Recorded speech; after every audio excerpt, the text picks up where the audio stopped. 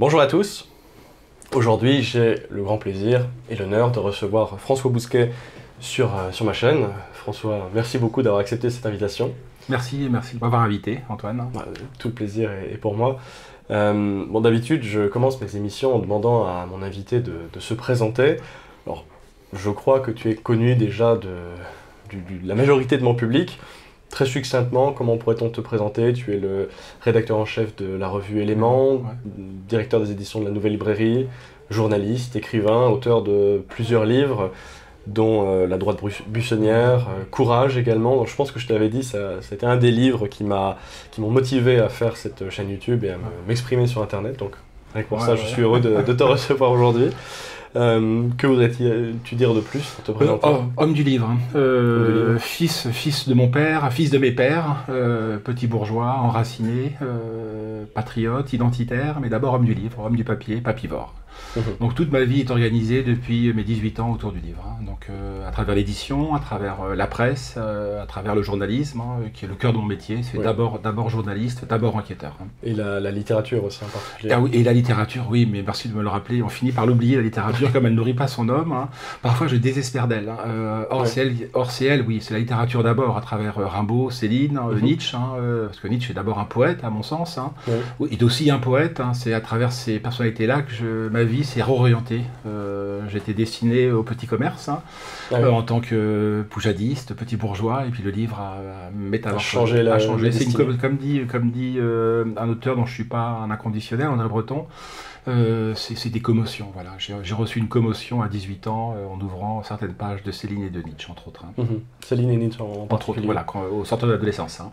Et si je ne me trompe, tu as également un grand intérêt pour les littératures de l'Est, de la Russie en particulier. Oui. Tu as travaillé à l'âge d'homme, je crois. J'ai travaillé à l'âge d'homme, et oui, je suis tombé amoureux, alors que je ne parle pas le russe, hein, mais tombé amoureux de cette littérature qui est immensément riche sur un demi-siècle, hein, 1880 jusqu'à la Révolution. Comme disait Dru La Rochelle, les Russes ont tout jeté, le théâtre. Notre théâtre, nous, on a mis 400 ans, 500 ans. Nous, Français, nous, Anglais, à travers le théâtre lyrique, épique, hein, la comédie, le roman, la philosophie. Il a fallu 4 à 5 siècles, les Russes en 50 ans. J'ai pris l'habitude de dire qu'il y avait les pères de l'Église avec un P majuscule, hein. Il y a aussi les frères de l'Église avec un F majuscule, hein. Et je pense bien sûr à Karamazov, à quelques autres grands textes, hein. Mais oui, ça a joué un rôle central, hein. Mais néanmoins, mes grands auteurs sont français et anglais quand même, hein. Et anglais, français-anglais. Voilà. Très bien, alors malheureusement peut-être le sujet d'aujourd'hui ne sera pas un sujet de littérature. Oui, on aurait presque préféré ne pas avoir à parler du sujet d'aujourd'hui. Ah oui, je suis bien d'accord. Donc je t'invite pour parler de ce livre-ci, le racisme anti-blanc, sous-titré L'enquête interdite. Et à en croire tous les journalistes, plutôt les sociologues universitaires, toute la cléricature intellectuelle de nos jours, le racisme anti-blanc n'existe pas, n'existerait pas. Alors, ce sera ma première question. Pourquoi avoir consacré 300 pages à quelque chose qui n'existe pas? Parce que la sociologie est fascinante. Elle a transformé quelque chose qui est aveuglant dès lors qu'on s'y intéresse. On se plonge dans les forums de discussion des jeunes, les fils de conversation, les commentaires YouTube, hein, les commentaires Twitter, Facebook. On est inondé par ce racisme anti-blanc, mais les sciences humaines, à travers Eric Fassin et plus globalement tous les départements de sociologie, en France et aux États-Unis, récusent depuis une dizaine d'années, c'est assez récent, hein, 5 à 10 ans, 5 ans en France et un peu plus aux États-Unis, c'est un phénomène récent, récuse la possibilité même d'un racisme anti-blanc au nom d'une théorie, qui est la théorie dite du racisme systémique, hein, on en reparlera. Donc non, parce que c'est plus aujourd'hui un phénomène massif, hein, plus il est occulté. Moi je pense que c'est un bruit de fond, le bruit de fond de notre société. Quand j'évoquais ces forums de discussion, ces commentaires YouTube, hein, il faut les lire comme un cahier de doléances. C'est un cahier de doléances, hein, ou presque la main courante. Moi je compare ça presque aussi à une main courante sauvage, spontanée, d'une réalité de terrain, d'un quotidien de racisme anti-blanc omniprésent, et qui est occulté, qui est un angle mort médiatique, angle mort à mon sens aussi judiciaire, parce qu'il y a eu très peu de condamnations, sont vraiment à la marge des condamnations, et bien sûr un angle mort pour cas de racisme anti-blanc. Pour cas de racisme anti-blanc, mais aussi bien sûr un angle mort universitaire. Donc j'ai voulu, par une quarantaine de témoignages, hein, montrer que les sociologues avaient décidé une fois pour toutes que ça ne pouvait pas exister, donc comme ça ne pouvait pas exister, ça n'existait pas. Or c'est un phénomène, je le redis, massif, hein.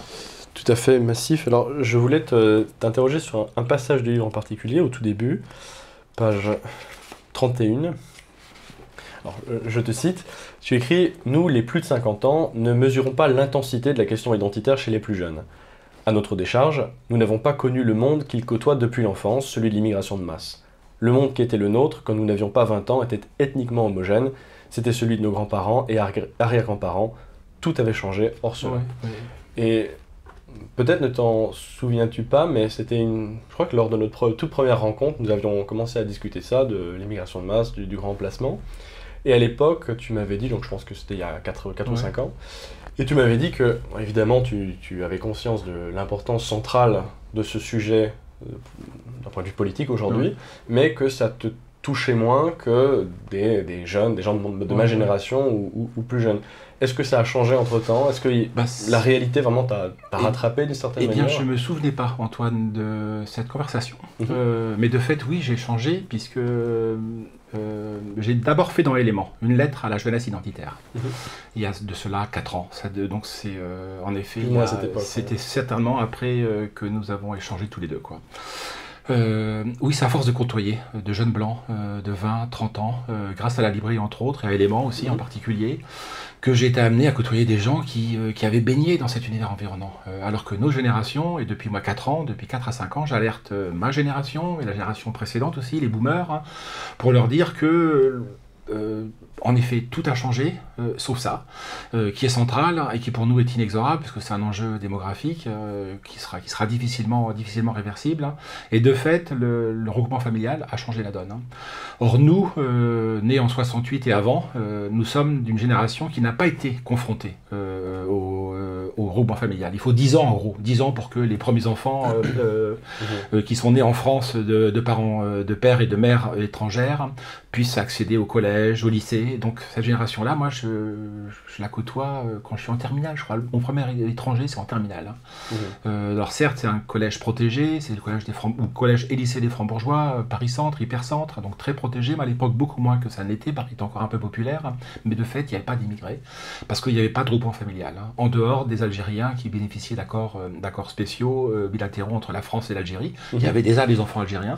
Mais oui, il suffit de comparer, j'en parle souvent désormais avec toi, mais également avec des identitaires, donc des gens qui sont passés par génération identitaire. Il suffit de comparer les photos de classe. Hein. On passe d'un monochrome blanc à un monochrome noir, et entre les deux, il y a un black blanc beurre de transition. Mais cette question est centrale, hein, et j'alerte en permanence ma génération et la génération qui précède sur la centralité brûlante de ce point. Donc c'est vraiment la fréquentation de la jeune génération. C'est les jeunes. Plus qu'un cas en particulier. Non, c'est les jeunes, à force de côtoyer des jeunes, j'ai été amené à m'intéresser à leur quotidien. Notre quotidien dans les hypercentres est très protégé. Moi, je suis à la fois dans l'hypercentre et dans la périphérie éloignée. Je suis dans l'hypercentre et l'hyper-rural. Hein. Donc, que je sois à Paris ou dans Lyon, je suis très protégé. Donc, c'est les jeunes qui ont mis sur la table cette question-là. C'est également eux qui m'ont fait prendre conscience de la question du racisme anti-blanc. Moi, j'ai eu une occurrence de racisme anti-blanc quand je traînais à Paris, il y a une quinzaine ou 20 ans de ça, dans une soirée d'ivresse, dans des quartiers un petit peu chauds et agités. Une fois, j'ai eu un sale blanc. Mais sinon, c'est un phénomène qui, pour moi, n'est pas connu. Donc, ce sont les jeunes qui ont apporté ces thématiques. Hein. Tu vois. Ouais. Alors justement, les actions anti-blanches pullulent dans notre société, comme tu dis. En fait, il suffit d'ouvrir un peu les oreilles et les yeux pour en voir un peu partout. Et pourtant, la sociologie officielle masque ce phénomène de plus en plus. Un des arguments qui revient très souvent, c'était celui qu'avait sorti Mathilde Panot lors d'un débat télévisé, mais moi-même je l'ai entendu à l'université quand je faisais mes études. Le racisme anti-blanc n'existe pas parce qu'il ne serait pas systémique. Décence. Est-ce que le racisme anti-blanc existe, Madame Panot? Est-ce que ce qui s'est passé à Crépol relève aussi du racisme anti-blanc? Je vais vous expliquer quelle est la différence entre le racisme ou ce qu'on pourrait appeler la xénophobie. Alors, oui, il peut y avoir des actes xénophobes envers des personnes blanches qui sont tout à fait condamnables. C'est pas du racisme. On veut tuer du blanc. Je vais vous expliquer ce qu'est le racisme. Le racisme a un côté structurel. Oui ou non?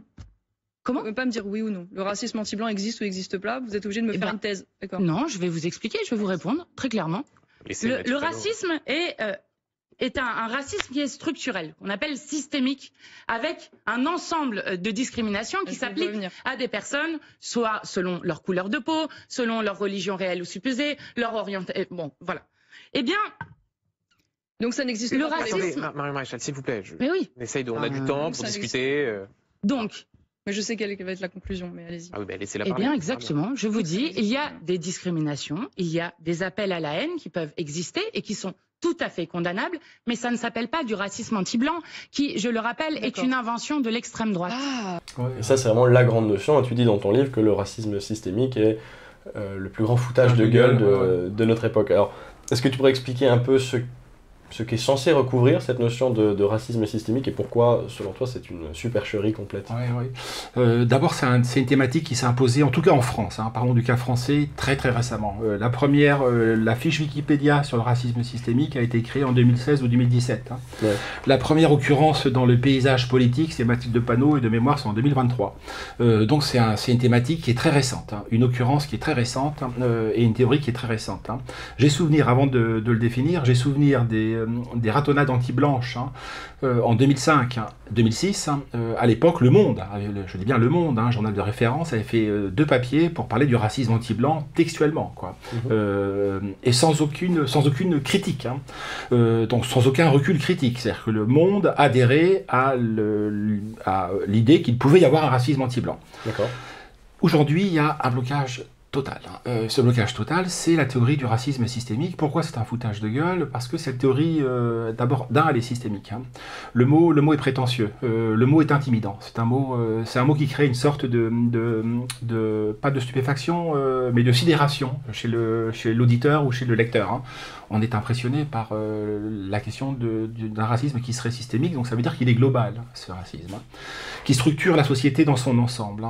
Selon les théoriciens qui nous viennent des États-Unis, les théoriciens du racisme systémique, c'est un racisme qui se diffuse, qui est une structure d'oppression dans une société blanche où toutes les normes, toutes les références, toutes les représentations sont blanches.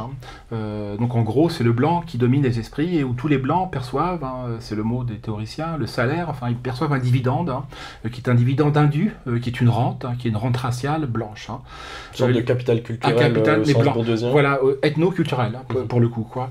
À ceci près que les blancs ne veulent pas le voir. Donc les blancs sont voilà, ils sont aveugles au privilège qui est le leur, qui est le privilège que leur confère leur couleur de peau, leur épiderme. Pourquoi cette théorie est délirante? Pourquoi c'est un foutage de gueule? D'abord, cette théorie est assez conspirationniste, parce qu'elle présuppose qu'il y a, à défaut d'un complot blanc, il y a une organisation quasi diabolique de la société autour de la blancheur. Ce qui me semble une vision, en tout cas paranoïaque, à défaut d'être conspirationniste. C'est une vision qui est assez hallucinée, et surtout, elle méconnaît un des éléments centraux du marxisme. Ça n'est jamais, pour autant, ça n'est jamais qu'une retraduction, une reconfiguration raciale du marxisme, parce qu'on passe de la lutte des classes à la lutte des races, on passe du marxisme au mélanisme, je ne sais pas comment l'appeler, à l'épidermisme, enfin que sais-je, peu importe, en négligeant le fait qu'il y a énormément de blancs qui sont dominés. Il y a quantité de blancs qui sont dominés. Or, dans une définition d'un racisme qui est systémique, donc global, donc total, qui structure une société dans son ensemble, ce racisme-là ne tolère pas qu'il puisse y avoir des exceptions à son oppression. Or, il y a comment se pourrait-il qu'un blanc dominé puisse être aussi un oppresseur? C'est inconcevable. Elle postule cette théorie que le blanc, quel qu'il soit, du plus riche au plus pauvre, du trader de Neuilly, pour prendre un exemple caricatural, au chômeur de Vierzon, pour rester dans la caricature, tous sont porteurs de cette rente raciale, qui est le privilège blanc. Et qu'à contrario, un footballeur multimillionnaire, un basketteur qui roule en Lamborghini, ou pour ne pas prendre des exemples caricaturaux, un étudiant à Sciences Po, qui est un bourgeois. Il y a beaucoup de bourgeois en France. Moi, j'ai été confronté, dans le cadre de mon enquête sur le racisme anti-blanc, à des univers socio-professionnels assez riches, maghrébins, où le racisme anti-blanc est la norme. Il suffit de penser au nombre de médecins en France, qui sénégalais, qui tunisiens, qui algériens, qui appartiennent de fait au CSP+. Mais ces gens-là, parce que racisés, dans la terminologie qu'ont adopté les décoloniaux et les indigénistes, racisés par qui, racisés par nous, sont structurellement désavantagés. C'est ce que postule cette théorie du racisme systémique. Mais à l'expliquer en France, et ça va être la même chose en Belgique, à un électeur de Marine Le Pen qui a du mal à boucler ses fins de mois, dont l'enfant doit faire 1 heure de route tous les matins pour aller en ramassage scolaire à l'école, hein, qui n'a pas de médecin, qui bénéficie d'un tout pauvre d'un privilège. C'est pas de la sociologie, c'est un sketch de Coluche. Hein. Voilà, on a confronté à quelque chose qui relève du sketch de Coluche, avec cette théorie du racisme systémique que je compare au lysenkisme. Hein, mais de fait, comme le lysenkisme, elle a pétrifié le paysage idéologique. Hein, comme à l'époque de l'Union soviétique, hein, elle a entraîné un glacis idéologique. Hein, c'est cette pétrification, comme après un hiver nucléaire, hein, c'est-à-dire que le paysage est pétrifié, le paysage idéologique, universitaire, journalistique, parce que ça se décline, c'est une pyramide, tout en haut l'universitaire, tout en bas le journaliste, hein, qui fait valoir ce point de vue-là. Il n'y a pas d'alternative, il n'y a pas de possibilité d'existence pour le racisme anti-blanc, par le fait que cette théorie, désormais, contrôle les esprits, à telle enseigne qu'on a une ministre, hein, Aurore Bergé, multirécidiviste du macronisme, hein, qui nous explique qu'elle s'est fait cracher à la gueule, pour rester traitée de sale blanche, hein, par des racisés, qui ne savaient pas qu'elle était ministre, mais ça n'est pas du racisme, nous dit-elle, hein, parce que ça ne peut pas exister, donc ça... Cette théorie est... Ça relève quoi, de l'incivilité oui, banale, disons-le, pour moi c'est de la sociologie de terrain. Quand un arabe démonte la gueule avec un skateboard en traitant un français de sale blanc et de sale français, bah oui, c'est une performance artistique décoloniale, voilà, disons-le, quoi. Si c'est pas du racisme, ou c'est un acte de bizutage républicain, non, ça n'a aucun sens, cette théorie n'a aucun sens, hein. Elle a des angles morts logiques et des impensés logiques partout, elle est très facile à déconstruire. Moi je le fais brièvement dans le bouquin, parce que je vois que c'est un livre d'enquête d'abord, hein. J'ai été obligé, c'était un passage obligé quand même néanmoins, la déconstruction de cette théorie-là, mais je pourrais faire 200 pages hein, pour montrer l'absurdité mortifère pour nous. Et pourquoi, selon toi, a-t-il semblé nécessaire, du point de vue des sociologues de gauche ou des penseurs de gauche en général, de développer cette théorie du racisme systémique, puisque le premier antiracisme était lui plutôt colorblind, pour reprendre leur terme, c'était au contraire misé plutôt sur l'assimilation, au fond les couleurs, peu importe les couleurs, etc. Est-ce que c'est face à l'échec de l'assimilation, l'échec de l'intégration, et en fait l'échec patent du multiculturalisme, qu'il a été obligé de dire qu'au fond, si ça ne marche pas, c'est parce qu'il y a une sorte de complot, comme tu dis, ou de vision paranoïaque de la société, c'est ça qui a rendu ça nécessaire? Je pense qu'on n'en a pas fait assez, en tout cas en France. Hein. On n'a pas assez aidé les banlieues. La politique de la ville, c'est 100 milliards, mais non, il faudrait que ce soit 200 milliards pour que ça marche. Hein. Néanmoins, le cancer racial des racisés nous vient des États-Unis. Donc il y a une question noire qui hante l'imaginaire américain. Moi, je suis alors un lecteur occasionnel de Thomas Sowell, hein, mais en revanche, un lecteur assidu de Christopher Lasch. Hein. Et quand on lit aussi bien Lasch, qui est un blanc, Sowell, un noir, hein, mais tous les deux conservateurs, l'un populiste, l'autre plutôt libéral, hein, mais qu'importe. Hein. Élève de Friedman, de cette tendance. Voilà, c'est un économiste, Sowell, hein, mais néanmoins, c'est un type très très fin, et il a une qualité, c'est qu'il connaît de l'intérieur le monde noir. Hein. Et lui montre que l'échec patent des droits civiques, hein, à rebours de tous nos récits, de notre mythologie. La fin de la ségrégation dans les États du Sud, dans les années 60, hein, et la mise en place des lois, parce qu'il y a eu plusieurs lois, il y a une série de lois, avec entre autres la discrimination positive, hein, a enfermé, c'est ce qu'il dit, Sowell. Mais déjà, Lasch le dit. Lasch le dit quand la prédication de Martin Luther King fonctionne à merveille dans les États du Sud, à merveille. Pourquoi? Parce qu'il y a une petite bourgeoisie noire, hein, des épiciers, des médecins, il y a l'église, hein, tout est structuré autour de l'église. Dès que les Noirs passent hein, des États du Sud dans les banlieues du Nord, Chicago, Détroit, etc., ils basculent dans l'univers de Malcolm X. Hein. Et pour Lasch, hein, c'est le début de l'échec hein, de l'émancipation des Noirs. Mais je reviens à Sowell. Sowell montre que les périodes où les Noirs se sont le plus émancipés, où le rattrapage économique a été le plus massif. Hein. C'est les années 1940 à 1960, hein, avant les droits civiques, hein, avant le projet de Great Society de Johnson, enfin, avant toutes les politiques d'aide, hein, de réparation mises en place par les démocrates, en gros la gauche américaine. Hein. Donc c'est face à l'échec patent de l'émancipation des Noirs. Hein. Les droits civiques étaient censés accompagner leur émancipation, les a enfermés dans l'imaginaire dans la rhétorique victimaire. Rhétorique victimaire qui fait que les compétences n'ont plus aucune valeur, puisque on vous fait une faveur. Quoi qu'il arrive, vous n'allez pas être à travailler à l'école. Hein.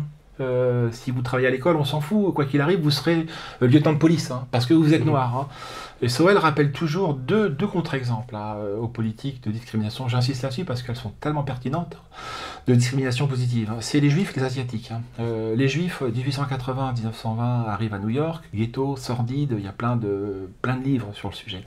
En une génération, médecins, universitaires, cinéastes. Hein. Les Asiatiques, même chose. C'est pire les Asiatiques, parce que les Chinois subissent des lois d'exception contre eux. Les Chinois. Pour autant, en une génération ou deux, des blanchisseurs deviennent des ingénieurs. Donc on s'est laissé enfermer, pour te répondre, les racisés et puis ce que Christopher Lasch appelait la minorité civilisée, que moi j'appelle le grand blanc, c'est-à-dire l'universitaire, le magistrat ou le journaliste, hein, qui adopte une posture confortable, hein, parce que c'est une posture par définition d'empathie raciale pour les damnés de la terre que sont les Noirs. Hein. Donc la réunion du grand blanc et des Noirs ont fait qu'on s'est enfermé dans ce schéma mental de la rhétorique victimaire, hein, qui est un piège existentiel, hein, et qu'aujourd'hui qu'on subit en Europe. Hein. Alors que c'est un problème qui pour nous est un problème un peu plus importé, quoi. Importé, oui. Mais qui se répand de plus en plus. Hein, oui, qui désormais contrôle l'université. Ouais, avant ce livre-là, il y a un seul petit recueil de témoignages d'un sociologue arabe, français, franco-arabe, Tariq Yildiz, qui réunit une poignée de témoignages, mais c'est un fasciculé, hein, c'est quelque chose de très court.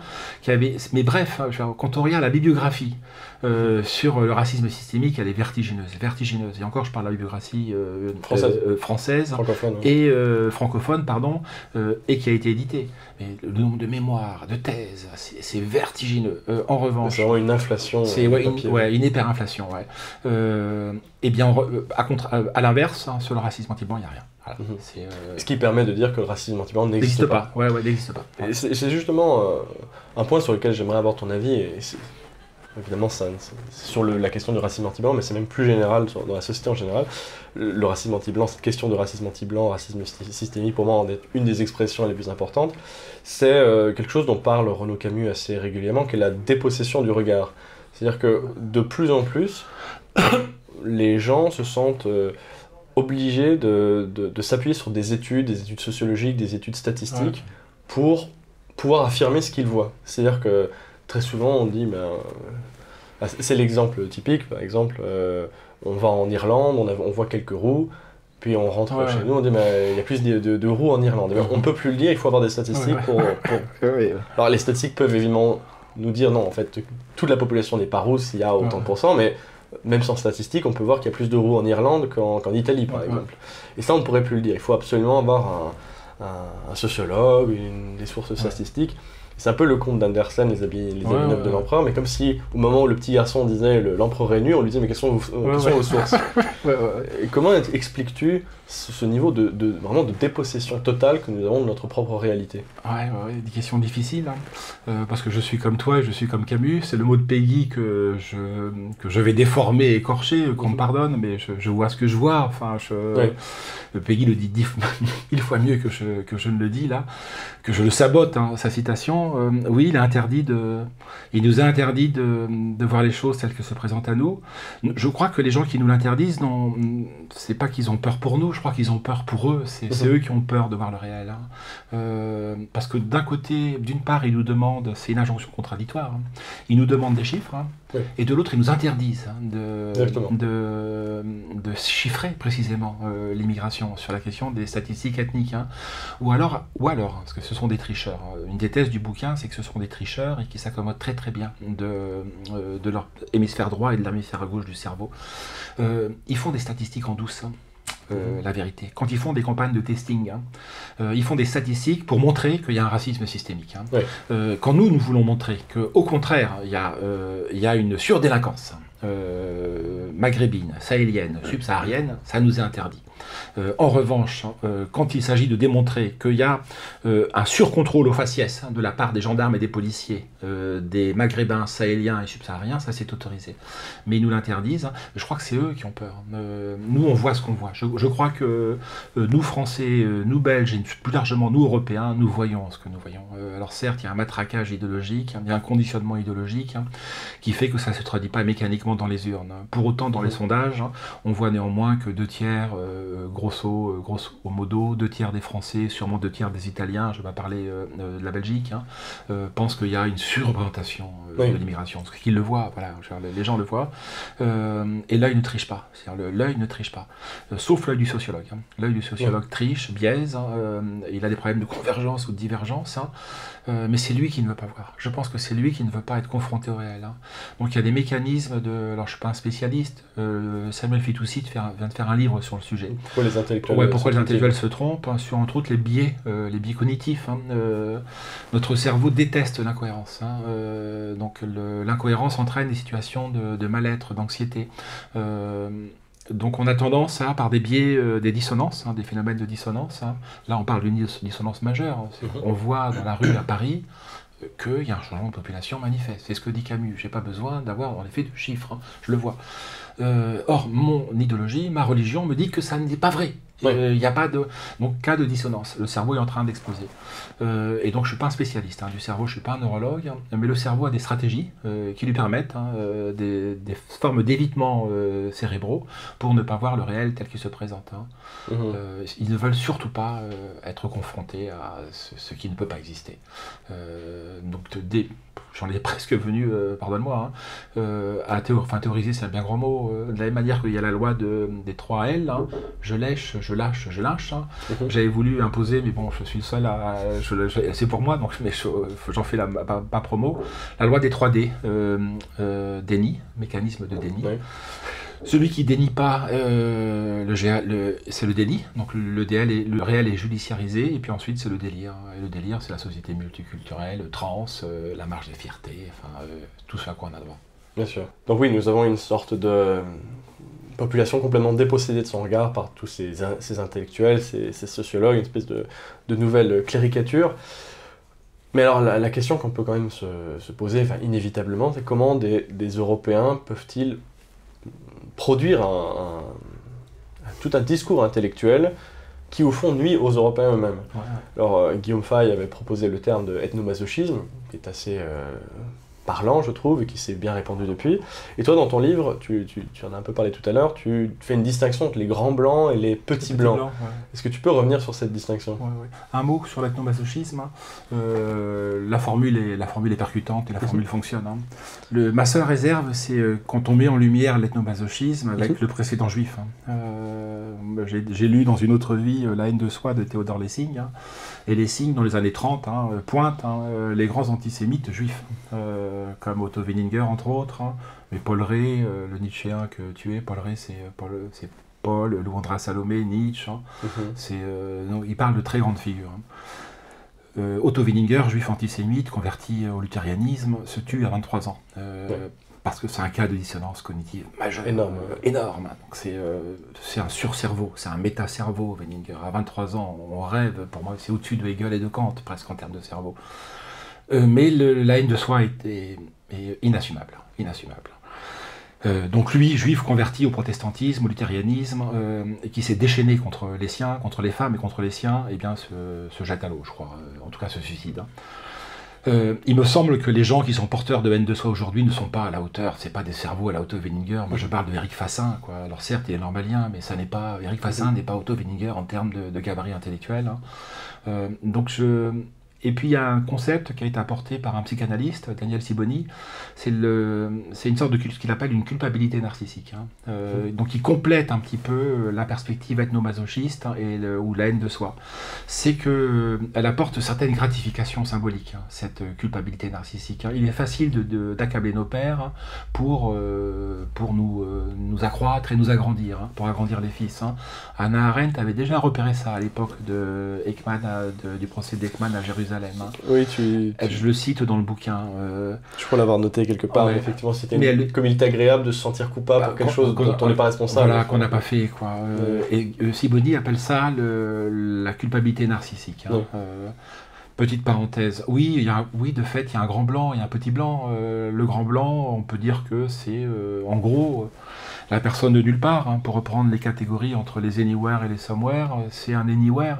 C'est un anywhere qui a tous les leviers de pouvoir et tous les leviers de contrôle, qui a tous les codes sociaux, qui a accès au poste, et qui, lui, pour le coup, est porteur d'un vrai privilège.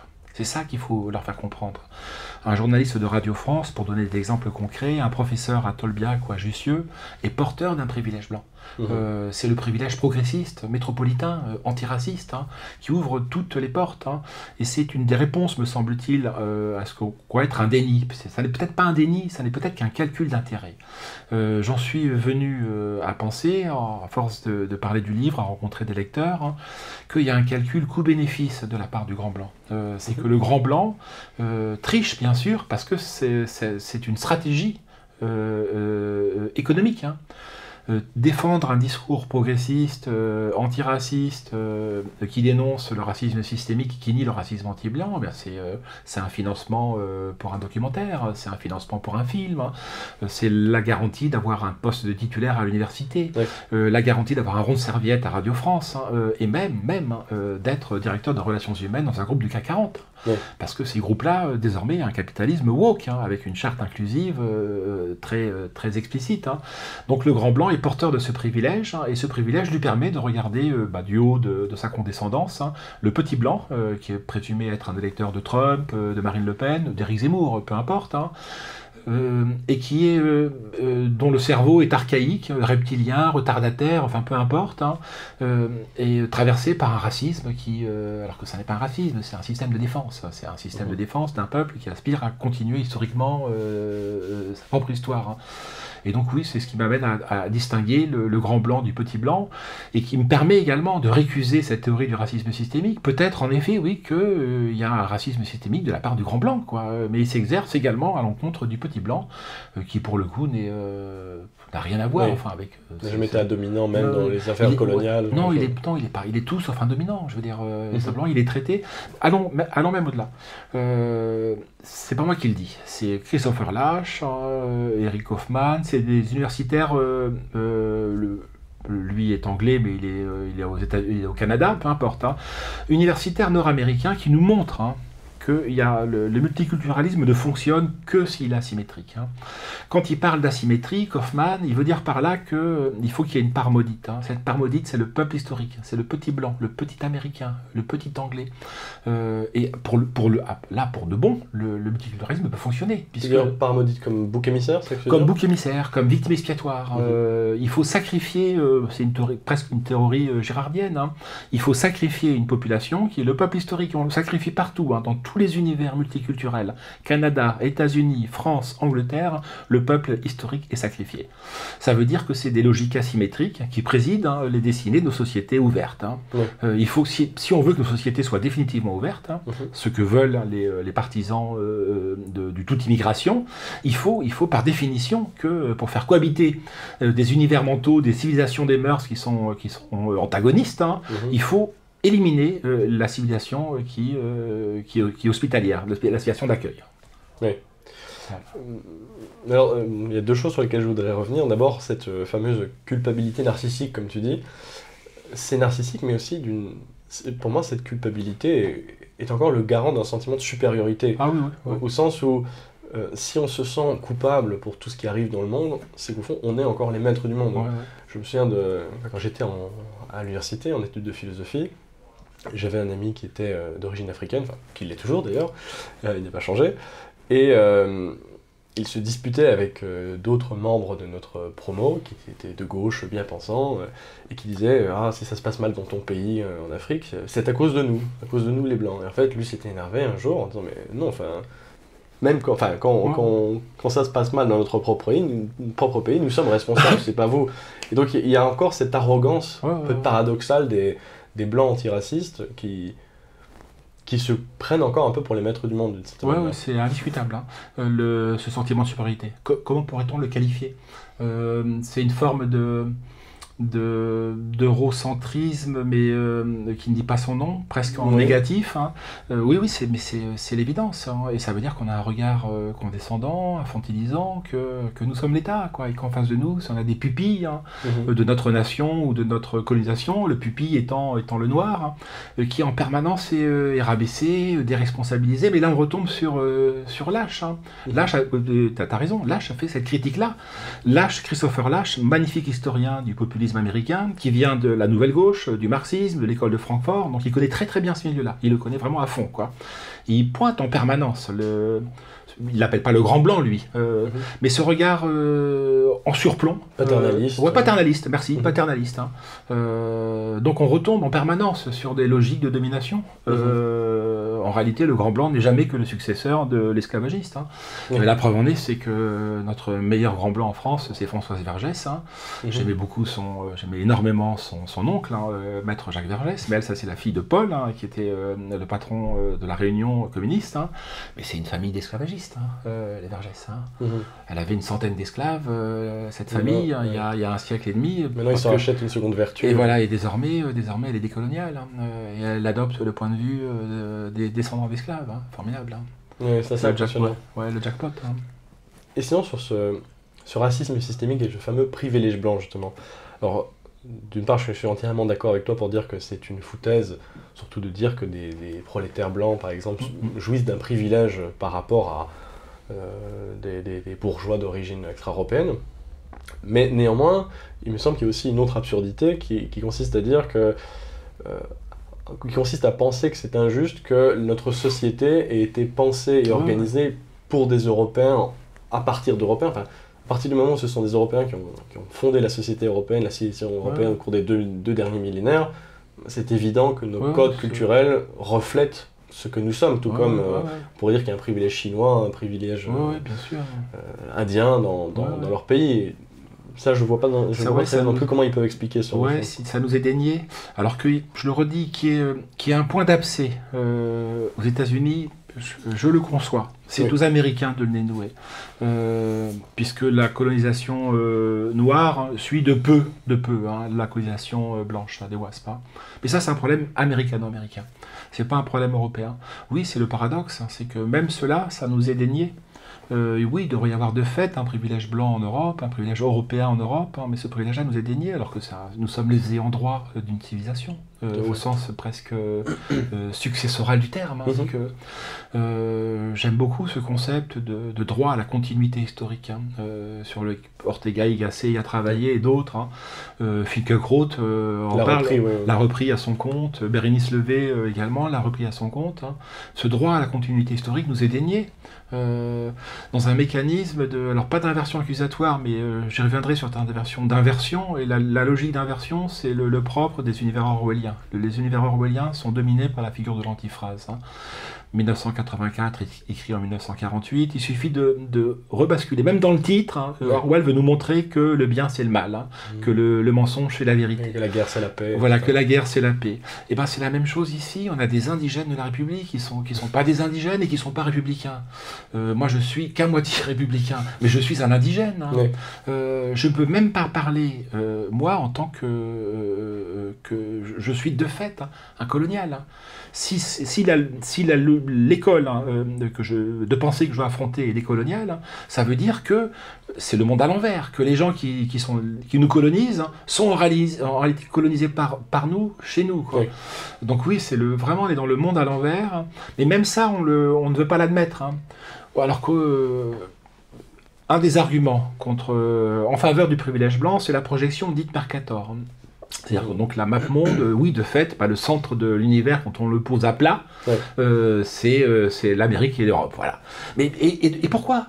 Parce que ce sont des Européens, c'est des Européens qui l'ont fait, qui l'ont pensé. C'est leur perspective. Leur perspective. Quand il y aura une perspective africaine, pour moi, c'est pour rebondir sur ce que tu dis, il y a un privilège Han en Chine, un privilège hindouiste en Inde. Hein, Encore que c'est des sociétés de caste, hein, donc certaines castes ont des privilèges que d'autres n'ont pas. Il y a un privilège, pour moi, le Wakanda. C'est appelons aux franchises Marvel. Hein. Dans l'univers Marvel, il y a un royaume miraculeux où les Noirs ont inventé la bombe atomique, les pyramides volantes. Les pyramides volantes. Et ben oui, il y a un privilège wakandiste au Wakanda. Lévi-Strauss passe son temps à nous le dire, que toutes les sociétés sont d'une façon ou d'une autre, ça peut nous effrayer. Leur estime de soi se transforme parfois en suprémacisme. Hein.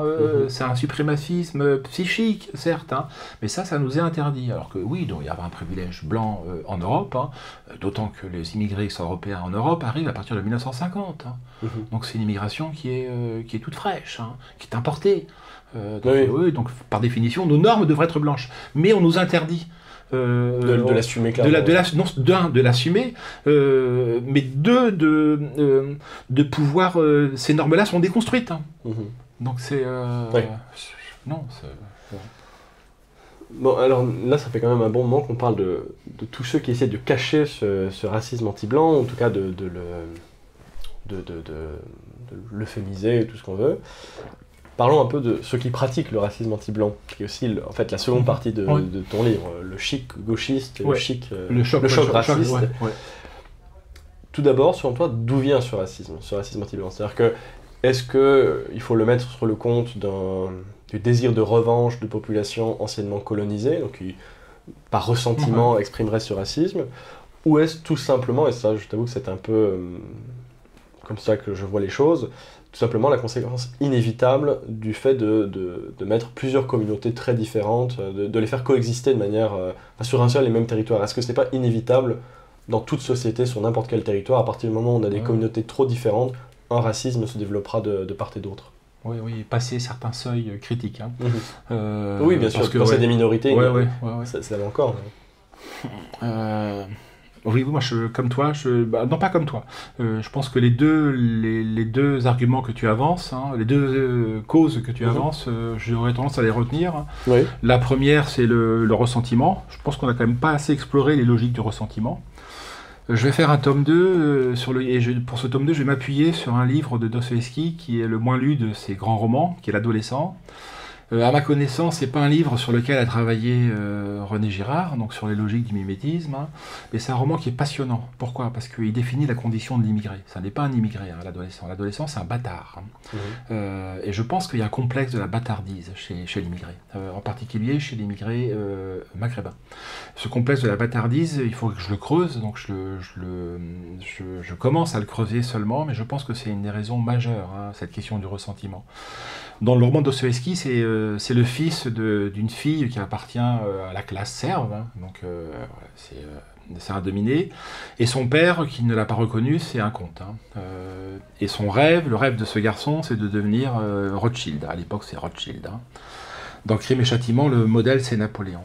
Il me semble que ça correspond assez à l'immigré, qui est un homme mal né, entre deux mondes, hein, qui a tendance, comme le bâtard, à désirer ce qu'il déteste et à détester ce qu'il désire, à ne pas se libérer des cercles de la fatalité, ce que Dostoïevski appelle le souterrain. Il vit vraiment dans le souterrain.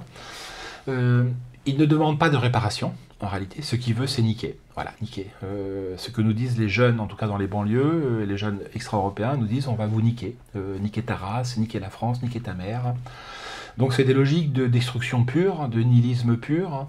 Donc je pense que c'est quelque chose qu'on doit creuser, parce qu'on est aveuglé par l'argument sociologique misérabiliste, hein, qui nous aveugle aujourd'hui. C'est sociologie de la misère de la sociologie, c'est parce qu'ils sont relégués, qu'ils sont devenus ce qu'ils sont.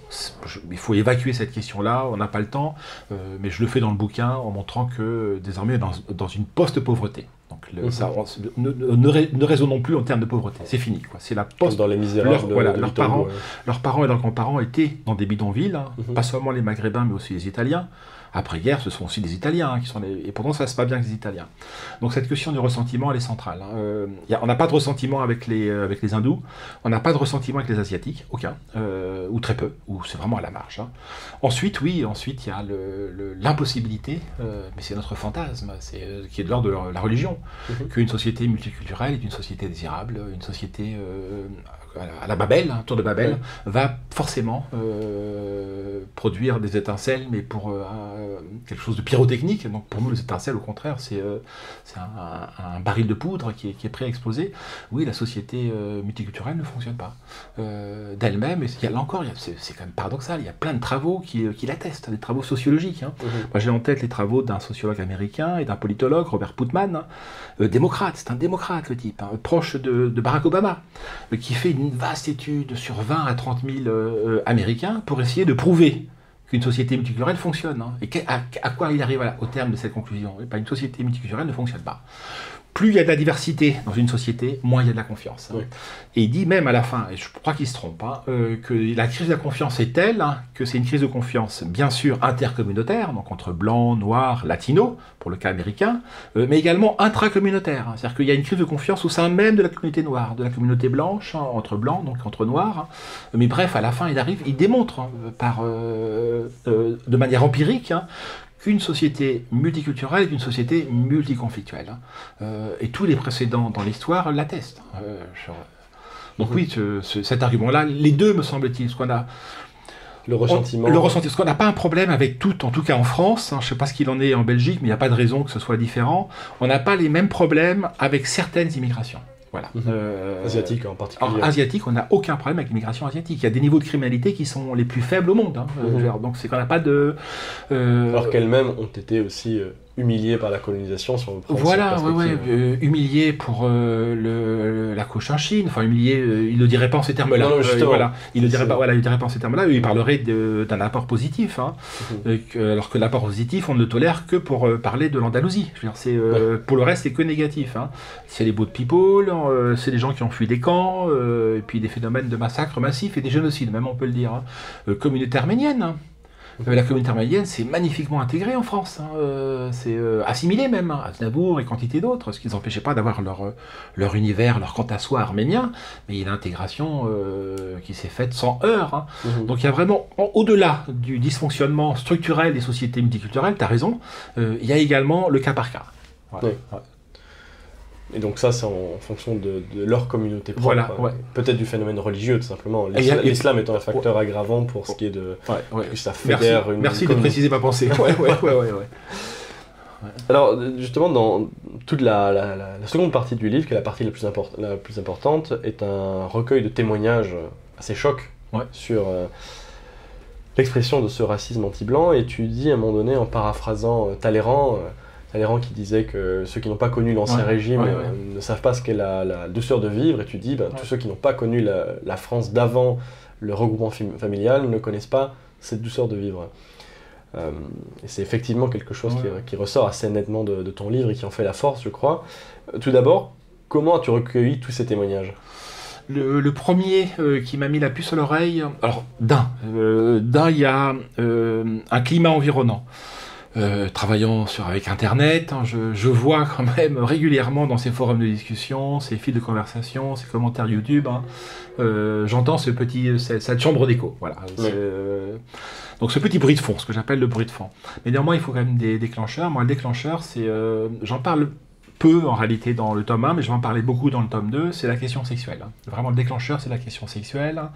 C'est en côtoyant des jeunes gens, en particulier un garçon qui avait 20 ans à l'époque et qui m'a raconté sa scolarité dans le Val-de-Marne quand il avait 15 ans, et qui m'a fait état d'une hiérarchie sexuelle, ethnosexuelle dans la cour d'école. Donc ça a été vraiment le déclencheur pour moi. Ça a activé et réactivé de vieux souvenirs. Le seul bouquin de Houellebecq que j'aime, c'est L'extension du domaine de la lutte, qui aborde déjà cette question du ressentiment sexuel chez le petit blanc. Et lui, il l'aborde il y a 20 ans. Et bien ce ressentiment sexuel du petit blanc est une réalité, semble-t-il, dans la grande couronne parisienne, là c'est le Val-de-Marne. Et c'est lui qui me met qui me dit waouh, on en est là quoi. Ce qu'il me dit en substance, c'est qu'en haut, pas avec ces termes-là, mais c'est ce qu'il me dit en substance, en haut l'extra-européen, en bas l'européen, au milieu la blanche. Et donc ça recoupe des logiques les grandes logiques des marchés des esclaves. Hein. Je vais travailler dans le tome 2 là-dessus, sur le mythe de l'odalisque. Hein. Il semblerait que sur les marchés orientaux d'esclaves, la femme qui avait le plus de valeur et de prix, c'était la blonde aux yeux bleus, quoi, qui était recherchée par le sultan pour devenir éventuellement la concubine du sultan, mais pas que, pas forcément. Donc j'aimerais travailler ça, mais c'est ça le point de départ, c'est ça. Ouais, c'est une guerre des sexes doublée d'une guerre raciale. Si j'emploie ces termes-là, guerre raciale, qui sont très Guillaume Faye, hein, c'est que je compare dans le bouquin les univers carcéraux et scolaires. Donc là est un processus de civilisation ascendant, l'école. On commence à apprendre les mécanismes d'inhibition, le surmoi devient plus consistant. On apprend à réfréner nos désirs, c'est ça, à grandir. Et les univers carcéraux, c'est l'inverse, c'est un effondrement civilisationnel. Donc les deux ont tendance à se croiser à un moment donné, à converger. Et les profs qui ont accepté de témoigner dans mon livre, qui sont dans des zones de REP, donc des réseaux d'éducation prioritaire, grand remplacés, je parle de classes de 80%, 90% d'extra-européens, dans le 93 en particulier, Collège République à Bobigny et ailleurs, me disent que ils ne voient dans leur classe que des clivages ethniques. Ils ne voient que ça. Voilà. C'est ce que me disent des profs qui votent Zemmour aux Marines. Donc, je fais partie des profs qui voient le réel tel qu'il est. Et ben, dans la cour d'école, dans la classe, le même va avec le même. Il y a des agrégats. Les hommes s'agrègent autour de l'élémentaire. Et l'élémentaire, c'est la biologie. Le garçon, la fille, le noir, le blanc, l'arabe. Quand il s'agit de lutter contre le blanc, le noir et l'arabe, c'est ce que me disaient les profs, ont tendance à se réunir. Mais une fois que la question blanche a été écartée ou qu'il n'y a plus de blanc, ils s'entre-déchirent, ils s'entre-dévorent, mais comme dans une cour de prison. Où il y a les Corses, autrefois il y avait les Corses, il n'y a plus les Corses. Maintenant il y a les djihadistes, il y a les Sahéliens, il y a les Noirs. Voilà. Ouais. Donc c'est comme ça que le bouquin... Et puis après, il faut un accélérateur. Et l'accélérateur, c'est que mon appel à témoins a été relayé par un militant, Damien Rieux. Et enfin, un militant, c'est plus qu'un militant, c'est plus qu'un influenceur. Moi, je le compare à une alerte incendie. Oui, tu lui consacres une belle page. Ouais, c'est toxin, Villiers, il dit que c'est que le toxin, mais il n'y a plus de toxin aujourd'hui. Il y a des alertes intrusion, quoi, voilà. Donc c'est notre système d'alerte, également à Sautarel et de Souche, qui en relayant mon appel à témoins m'ont ouvert m'ont amené des témoins qui, pour moi, certains sont, c'est des vies dignes d'être scénarisées, quoi, qui pourraient faire des films d'Hollywood. Je voulais t'interroger là-dessus aussi. Tu connaissais bien sûr cette réalité-là, mais as-tu quand même été surpris par l'ampleur du phénomène, par ces témoignages? Ouais, parce qu'on ne veut pas le voir. Nous qui vivons dans les hypercentres, on ne veut pas voir ce qui se passe à 10 km, 20 km, 30 km de Paris, dans des univers totalement grand remplacés, où le blanc est vraiment minoritaire, où pour le coup c'est vraiment le bouc émissaire. Moi je le compare au statut décolonial qu'on déboulonne en Angleterre, aux États-Unis. C'est un reliquat de l'ancien monde dont il faut se débarrasser impérativement. Donc moi j'ai des témoins que je me dis... Un témoin en particulier, qui lui est né aux Ulysses et a grandi à Évry, sur la dalle du parc aux lièvres, où a été tourné Athéna de Romain Gavras, film délirant, parce que c'est une révolte dans une cité, le parc de la dalle aux lièvres, où grandit mon témoin, Sébastien. Il y a une révolte parce qu'il y a eu une bavure policière. Non, il n'y a jamais de bavure policière dans ces cas-là. C'est l'inverse, la bavure c'est contre le petit blanc. Et quand il me raconte ce qui lui arrive dès l'âge de 7 ans, je veux dire, c'est où on le poursuit en vélo parce que c'est le lapin blanc, quoi. À 7-8 ans, il comprend, le gars, que si on le poursuit, c'est parce qu'il est un blanc. Quand il arrive avec ses parents qui ont divorcé, donc dès qu'il y a un divorce, en fait, dès qu'il y a un accident dans un parcours de vie, le petit blanc est condamné, est assigné à résidence. Parce que tous les petits blancs sont partis, tous. C'est fascinant de voir l'instinct des classes populaires, ou comme des classes bourgeoises, peu importe. C'est l'instinct de survie, ce qui fait qu'à la croisée des années 70-80, donc c'est très tôt, c'est vraiment très très tôt, se produit le white flight. Moi, c'est à ce moment-là, en tout cas, avec mes témoins, je l'identifie, les petits blancs, fin 70, commencent à déménager à 10 km, peu importe. Ils passent des Ulysses à Orsay. Aux Ulysses, c'est des barres d'immeubles, à Orsay, c'est du pavillon. C'est-à-dire qu'ils quittent la zone de guerre, ils quittent la zone grand remplacée. Mais ceux qui n'ont pas pu, moi je pensais pas. Donc Sébastien, il me dit qu'à 12-13 ans, il s'est battu 50 fois, je veux dire. Il n'a pas d'autre issue, et là aussi c'est des grosses découvertes pour moi, il n'a pas d'autre issue, à moins d'être happé par l'univers environnant et donc aspiré et assimilé à l'envers, ce qui arrive à tous les blancs quasiment, ils sont tous assimilés à l'envers, ils se racaillisent, puis ils se convertissent, donc on les perd dans la nature, ils deviennent des étrangers, une cinquième colonne. Et bien lui me dit, moi j'ai pas d'autre solution que de devenir skinhead. Et je t'assure, j'aurais jamais imaginé. On n'a pas le même âge, hein. Mais pour le coup, j'ai connu des skinheads quand j'allais à des meetings politiques. Ils étaient un peu à l'entrée avec des chiens. En général, au Front National, en tout cas, on les cachait, quoi, parce qu'on ne voulait pas les voir. Ben non, c'est qu'il n'y a pas d'autre solution pour eux. À moins d'être absorbés, littéralement absorbés par l'islam, par la racaille, par la drogue, par le caïda et le califat, eh bien, il n'y a pas d'autre solution que de transformer cette colère du petit blanc en colère agressive, hein, en agressivité. Ça se traduit par le hooliganisme ou par le mouvement skinhead. Donc je découvre ce phénomène skinhead, les skinheads qui sont des ploucs, c'est une culture prolétarienne. Hein. Le Sébastien en question va faire une très très belle carrière, mais il me dit moi à 17-18 ans, a priori je pensais que je serais mort, quoi. Parce que j'étais le dernier blanc dans une cité, voilà. Ou un des derniers blancs dans une cité. Donc je pensais pas que c'était à ce point-là. Non, je pensais pas qu'il y avait une telle rage, hein, à souiller le corps des femmes, hein, et à humilier le corps des hommes. Hein, voilà. Donc, oui, et ça aussi c'est un des éléments d'explication de l'occultation de ce phénomène, qu'au fond c'est un problème de pauvres, c'est ce que tu dis dans ton livre, parce que les lieux privilégiés d'expression du racisme anti-blanc, écritus, c'est l'école et la rue. Et le stade pour les ados, quoi. Et le stade, et c'est justement ces endroits qui évitent le plus les grands blancs, comme tu dis. Émeric Caron a mis sa fille dans une école à Versailles. Voilà, et les députés du Nord parisien, ils font tous la même chose. Alors comme c'est un phénomène de plus en plus massif, ce phénomène de racisme anti-blanc, il colonise peu à peu. Hein, il arrive aux abords des grandes villes, hein, il rentre dans les quartiers, hein, parce que je pense que dans les quartiers gentrifiés de Paris, mais là on a le mécanisme de déni à l'Aurore Berger. Il y a plein de gens qui ont déjà été insultés de sale blanche ou de sale blanc, mais simplement ils ont tellement intériorisé que ça n'était pas du racisme, que ça n'est pas un problème. Hein. Mais oui, au départ, c'est un problème de jeunes et de pauvres. Hein. Mais par définition, comme il y a de plus en plus d'immigrés, que le rapport de force est de plus en plus tendu, ça va toucher également les adultes et les riches. Hein. Oui, bien sûr, je pense que même eux n'arriveront pas à y échapper éternellement. Voilà, tout protégé dans leurs îlots. Voilà. Et alors, parmi les faits les plus révoltants qui sont rapportés, là tu viens d'en parler, le fait de souiller le corps des femmes, il y a évidemment le cas des grooming gangs au Royaume-Uni, qui est une des histoires qui est plus atroce et qui glace vraiment le sang. Mais ce qui est absolument effrayant dans cette histoire, c'est l'ampleur et l'organisation de ce phénomène. Mais nos pays ne sont pas en reste, les autres pays européens ne sont pas en reste sur cette question. Tu donnes quelques chiffres. Plus de 11 000 Italiennes auraient été violées par des étrangers de 2018 à 2023. Il y a un livre qui est paru récemment sur le sujet. En France, au moins 10 000 mineurs seraient victimes d'exploitation sexuelle. Enfin, ce sont des chiffres qui sont absolument glaçants. Et comment expliquer que ça, qui est toujours vraiment à l'ignominie la plus ultime, ne provoque pas de réaction populaire? Alors, les gens ne sont pas informés. On a transformé les viols de Mazan en affaire d'État, même pas le fait divers n'est même plus un fait social, c'est un fait d'État, quoi. Qui est horrible, mais enfin ça ne concerne jamais qu'une femme qui aujourd'hui, c'est atroce, hein, Parade quand même fait la une de Paris Match avec son compagnon. Donc là on parle de filles qui ont été détruites à partir de 7, 8, 9 ans. Et les témoignages, j'avais bossé avec un ami commun sur les grooming gangs, hein.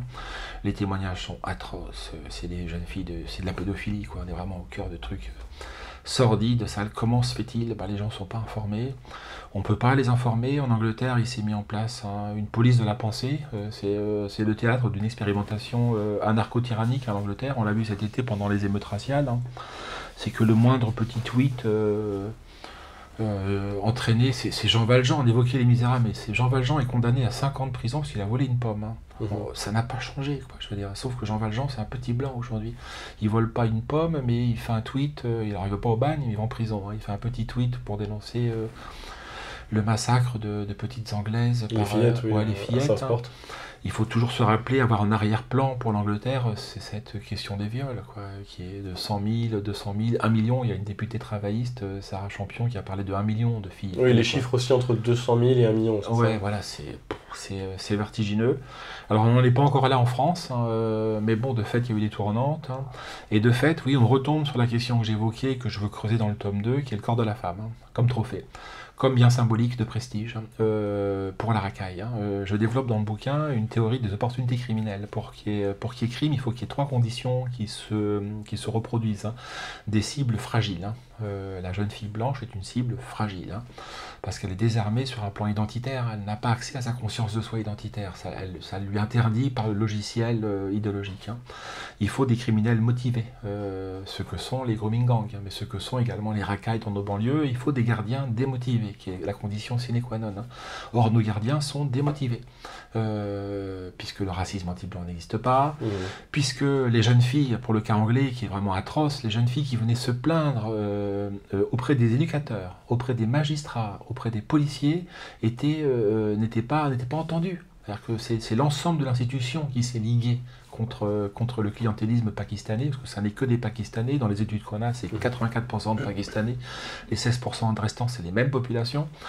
Et parce qu'on touche au cœur de l'interdit aussi, c'est l'impossibilité de faire vivre des communautés que tout sépare. Qu'est-ce que nous avons en commun avec les zones tribales du Pakistan, qui sont les zones avec un islam patriarcal, le plus retardataire, avec des niveaux de consanguinité records, mais c'est totalement interdit. Je veux dire, dans une société normale, on aborderait aussi cette question de la consanguinité, qui est le propre de l'arc musulman, du Maroc jusqu'au Pakistan. On a les plus hauts taux de sanguinité au monde, qui entraînent c'est interdit, voilà. Donc nous sommes désarmés pour défendre les nôtres. Nous sommes désarmés, alors pas autant que les Anglais, mais ça, avec 500 000 immigrés par an, nous sommes comme les Anglais dans 5 ans, quoi. Oui. Avec les mêmes phénomènes, on aura les mêmes phénomènes. Oui, donc sur cette incompatibilité des cultures, parce que c'est ça que tu dis, comment peut-on faire coexister des populations tribales du Pakistan avec des sociétés postmodernes anglaises, françaises Est-ce que cela ne nous incite pas vraiment à abandonner totalement les chimères de l'intégration, de l'assimilation, du moins pour des grandes communautés? La question des individus est toujours possible, mais voilà, à droite on a encore souvent ce thème, en tout cas cette tentation de tout miser sur une meilleure assimilation, une plus grande intégration. Est-ce qu'au fond, là maintenant, c'est vraiment un thème à abandonner définitivement? Pour nous identitaires en tout cas, oui. On a pu s'offrir le luxe, nous Français, vraiment je dis bien nous Français, parce qu'il en va différemment quand même de beaucoup de nos voisins européens, de croire que l'assimilation fonctionnait, quoi. Et elle a fonctionné dans des ordres de grandeur assez importants en réalité. Tu as raison sur le fond. Une identité s'hérite ou se mérite, mais c'est du cas par cas. Moi j'ai pris l'habitude de dire que la France a toujours une légion étrangère, des cardinaux et des artistes italiens. On a toujours fait appel à l'immigration, mais c'était une immigration choisie et de très haute qualité. Mais bon, cela étant dit, au cas par cas, il n'y a pas d'hostilité de ma part. Mais néanmoins, dans les ordres de grandeur qui sont les nôtres, ça ne fonctionne pas. L'assimilation a pu fonctionner pendant un demi-siècle, sinon un peu plus, 70 ans. En gros, la Troisième République, ça coïncide avec les premières vagues d'immigrés belges. Fut un temps, c'était les Belges qui venaient en particulier dans les zones où il y avait des céréales pour les moissons, puis les Italiens, puis les Polonais, puis les Espagnols. Mais en fait, on assimilait du même. Donc on s'est donné la comédie, nous Français, que notre modèle était universaliste. Non, il n'était pas universaliste, il était européen, et on assimilait non pas l'homme des antipodes, mais quelqu'un qui avait notre civilisation des mœurs, notre religion. Je donne souvent l'exemple de Raymond Kopa, qui est un Polonais. L'immigration la plus dure à intégrer, peut-être le sais-tu, mais c'était l'immigration polonaise. En France, je ne sais pas ce qu'il en est en Belgique, mais en France, c'est l'immigration qui était très très dure à intégrer. À assimiler, pardon.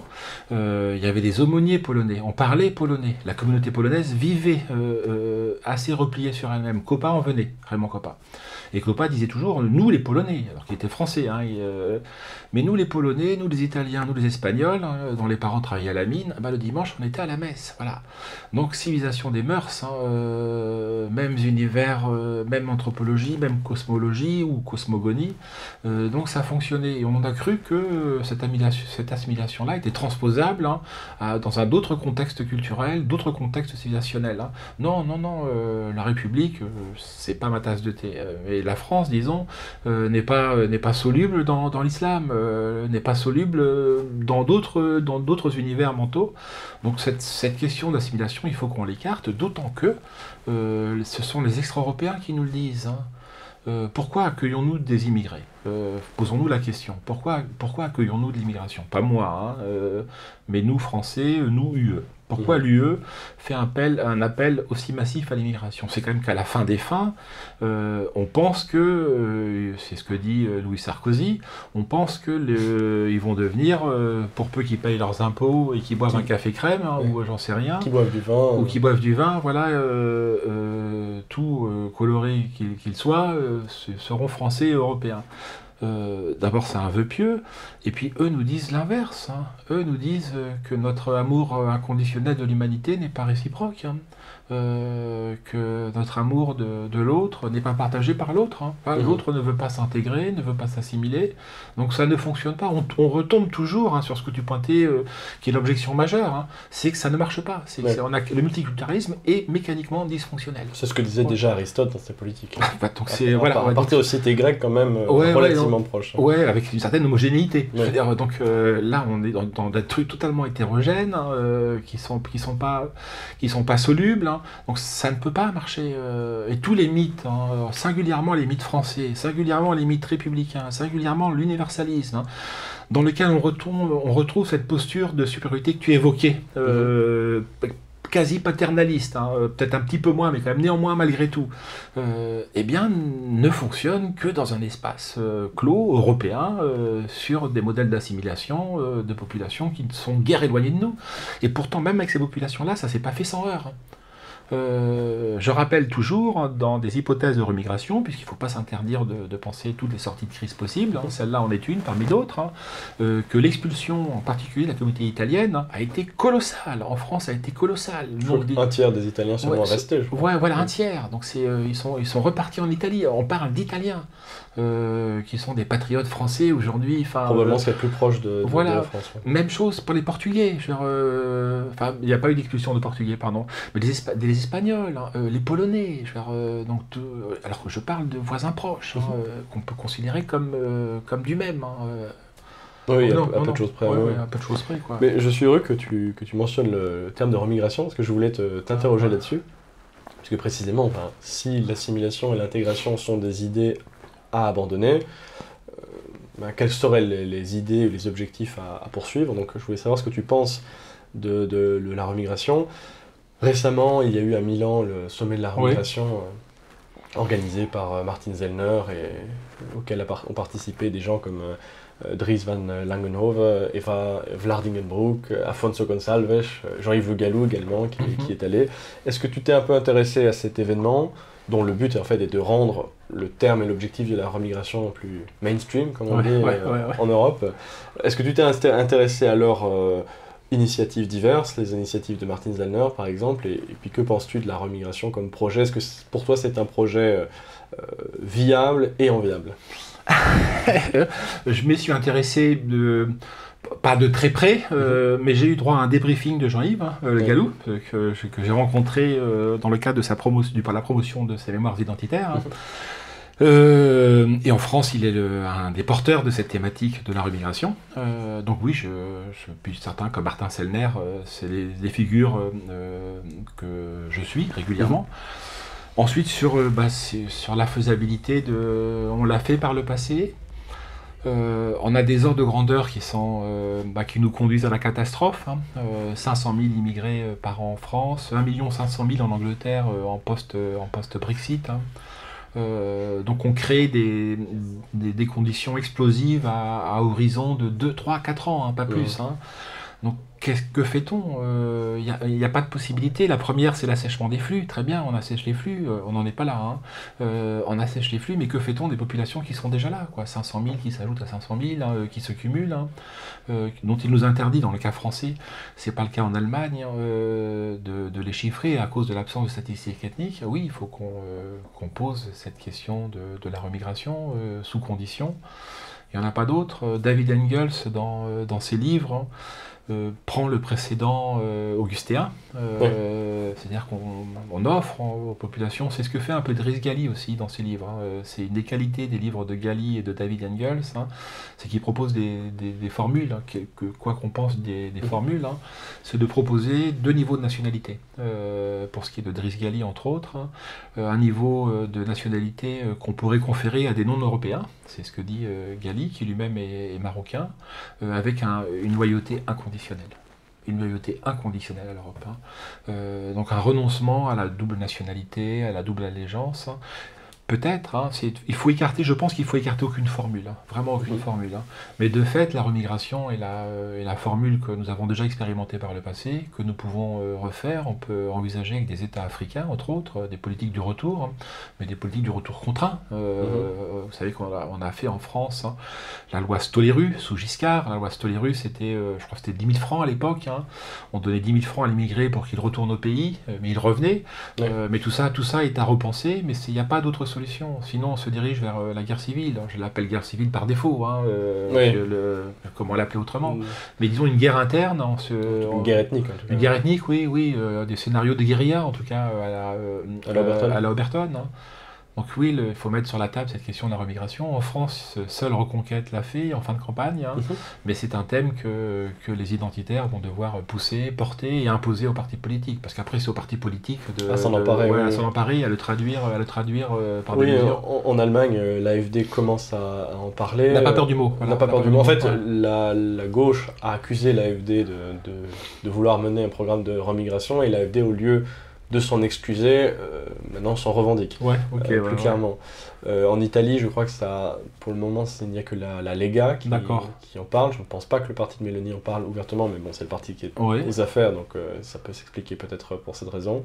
Mais en France, effectivement... Reconquête. Le RN a botté en touche et s'est désolidarisé de l'AfD sur cette question-là. Sur d'autres questions, à l'époque de Massimilian Krah, qui était le candidat de l'AfD aux européennes. Tête de liste, mais c'est singulièrement sur le point de la remigration qu'il y a eu une fin de non-recevoir du RN à l'encontre de l'AfD. Mais c'est une affaire de moi, ça, pour que cette question... Tu penses que le thème va être maintenant porteur en France, dans les partis de droite, les milieux de droite? Sauf à envisager qu'on aboutisse au schéma de Jérôme Fourquet, une archipélisation, c'est-à-dire avec des îlots de richesse entourés par des périphéries... ensauvagé, c'est pas encore au programme, peut-être que ça viendra. Oui, quand on a 500 000, je redis, on a un demi-million d'étrangers qui arrivent en France, c'est pas possible qu'on n'envisage pas qu'ils puissent revenir chez eux, quoi. Donc là, on fait des conjectures, donc je ne veux pas m'aventurer, mais je pense que la question de la remigration va peu à peu s'imposer dans le débat public. Après, on verra. Donc la remigration comme seul moyen d'en finir avec ce seul vrai racisme systémique qu'est le racisme anti-blanc. Voilà. Alors François, nous arrivons à la fin de cet entretien. Ce livre connaît déjà un certain succès, il me semble. Oui. Et tu as annoncé vouloir poursuivre l'expérience, faire un deuxième tome, et tu as invité tes lecteurs à pouvoir t'envoyer leurs témoignages, si c'est le cas. Donc tu voudrais poursuivre l'enquête encore un certain temps, explorer d'autres questions? Ouais, en tout cas dans un deuxième volume, pour répondre à l'objection principale. C'est que le racisme anti-blanc n'existe pas. La preuve, il n'y a pas d'études, il n'y a pas d'enquête. Donc si là il y a une enquête coup de poing avec 40 témoignages, il faudrait qu'on ait une seconde avec 40 ou 100 témoignages, peu importe, pour peu que les témoignages soient suggestifs et traitent en profondeur cette question du racisme anti-blanc. Mais après, il faut que alors là, pour le coup, la question du racisme anti-blanc, mais c'est pas grâce au bouquin, c'est grâce à la réécriture par 3 escrocs, qui sont 3 confrères, dont 2 QGIS, sur le drame de Crépol, donc une nuit en France. On a permis d'imposer, en tout cas dans la réinfosphère et la bolosphère, mais néanmoins, mis bout à bout, ça commence à faire du monde, auquel on peut rajouter les Valeurs Actuelles et le Figaro. Pour la France, c'est quand même un spectre médiatique quand même assez large, pas majoritaire, mais assez large, cette question du racisme anti-blanc, grâce à eux. Parce qu'on a occulté les témoignages recueillis par un gendarme qui fait état du racisme anti-blanc, parce que le magistrat, etc., refuse de reconnaître le caractère aggravant du racisme dans le meurtre de Thomas. Donc cette question-là s'est imposée. Je fais un deuxième bouquin, et puis après, je pense que je écrirai sur la remigration. Voilà, bonne idée. Voilà, ouais. Très bien, mais écoute, un très grand merci à toi pour cet entretien.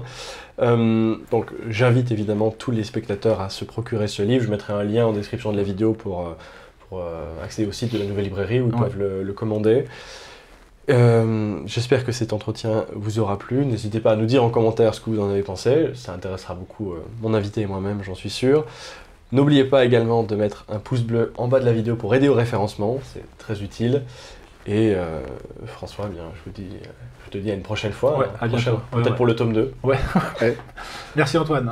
Merci à toi.